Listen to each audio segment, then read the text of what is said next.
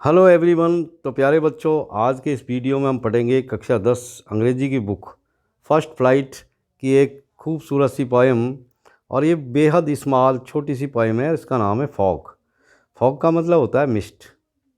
Mist यानी कोहरा, जिसे हम कहते हैं कोहरा या धुंध, जो सर्दियों में आप देखते हैं।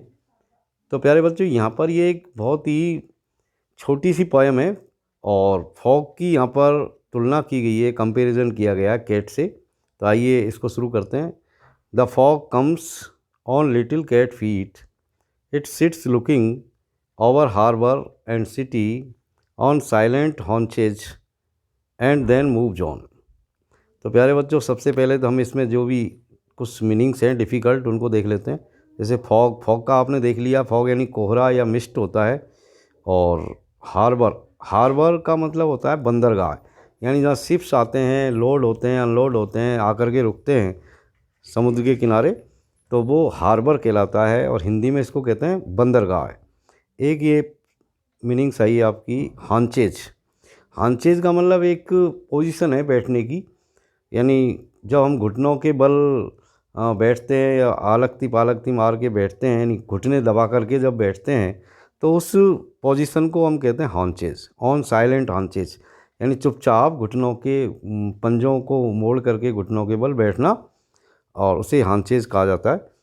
तो आइए अब इसका एक्सप्लेनेशन कर लेते हैं। The fog comes on little cat feet, यानी फॉग आता है, यानी कोहरा आता है छोटे छोटे बिल्ली के पैरों की तरह, यानी जैसे बिल्ली आती है दबे हुए पैरों से, इस तरीके से फॉग भी आता है।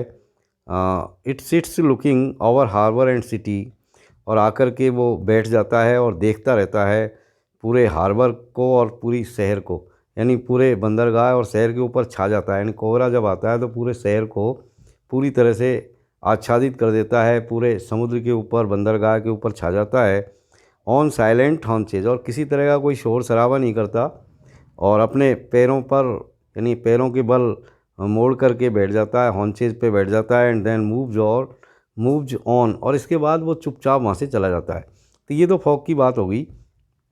अब इसकी तुलना जो है एक कैट से की गई है। यानी जिस तरह कैट आती है चुपचाप, इसी तरह फॉग को कवि ने यहाँ कैट से बिल्कुल कंपेरेटिवली लिया है, कि जिस तरह चुपचाप कैट आती है और बिल्कुल देखती है अपने शिकार की तरफ और शोर नहीं करती, जैसे चुपचाप बैठ करके अपने जो है कि भाई चूहा कहाँ है और वो शोर होगा तो भग जाएगा, तो वो चुपचाप बैठ करके अपने शिकार की तलाश में रहती है। और फिर जैसे ही उसको अपना शिकार मिले या नहीं मिले, लेकिन फिर वो चुपचाप ही वहाँ से चली जाती दबे हुए कदमों से, क्योंकि बिल्ली के लिए कहा जाता है कि वो बहुत दबे हुए कदमों के साथ आती जाती है, यानी बिल्कुल जरा सी भी आवाज़ नहीं करती। ठीक इसी तरह फॉग को बिल्ली से यहाँ पर जो है तुलना की गई है एक मेटाफॉर के रूप में, कि भाई फॉग भी जो है एक बिल्ली की तरह दबे कदमों से आता है, पूरे बंदरगाह के ऊपर पूरे शहर को पूरी तरह से छा जाता है, देखता है बैठा बैठा, और फिर चुपचाप चला जाता है बिना किसी तरह का शोर शराबा किए हुए। तो ये प्रकृति यानी नेचर को यहाँ पर जोड़ा गया है बिल्ली से। तो प्यारे बच्चों, ये कोई ज़्यादा बड़ी पोएम नहीं है, सिर्फ ये एक ही स्टेंजा है, और यहाँ पर सिर्फ फॉग की तुलना बिल्ली से की गई है।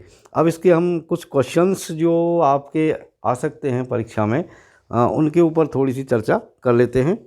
जैसे आपसे पूछा जाए कि भाई where does the fog come from, यानी कोहरा कहाँ से आता है। तो कहाँ से आता है कोहरा? The fog comes from the sea, समुद्र से आता है। Why does the poet compare the fog with a cat, यानी कवि जो है फॉग की तुलना एक कैट से क्यों करता है? क्यों करता है? क्योंकि जिस तरह कैट आती है चुपचाप, उसी तरह फॉग भी आता है।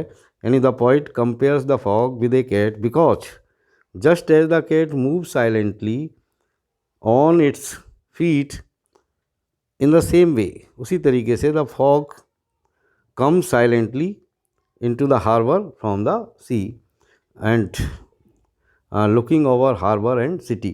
तो और कुछ क्वेश्चंस देखते हैं। यानी what does Sandburg think the fog is like, यानी सैंडबर्ग जो इस पोएम के लेखक हैं, जिनका पूरा नाम है कार्ल सैंडबर्ग। तो कार्ल सैंडबर्ग जो है thinks that the fog is like a little cat. यानी सैंडबर्ग जो है, what does Sandburg think the fog is like, यानी ये क्वेश्चन है आपका कि सैंडबर्ग को कोहरा किसके समान प्रतीत होता है। तो इसका आंसर हो गया आपका कि Sandburg thinks that the fog is like a little cat. यानी सैंडबर्ग को कोहरा छोटी बिल्ली के समान प्रतीत होता है। और देखिए एक question, how does the fog come, यानी कोहरा कैसे आता है। तो the fog come silently, slowly and noiselessly on little cat feet, यानी बिल्ली के पैरों की तरह चुपचाप आता है। What does it in the third line refer to, इन तीसरी पंक्ति में इट किसके लिए प्रयुक्त हुआ है। ये तीसरी पंक्ति में जो इट है वो किसके लिए प्रयुक्त हुआ है। तो ये किसके लिए हुआ है, आप देख रहे हैं यहाँ पर फॉग के लिए। तो in the third line the word it refers to fog. तो प्यारे बच्चों, हो गया बस इतनी ये छोटी सी पोएम थी, और अगले वीडियो में एक और नए टॉपिक के साथ फिर हम मिलते हैं। तब तक के लिए have a nice time. Thank you very much for watching.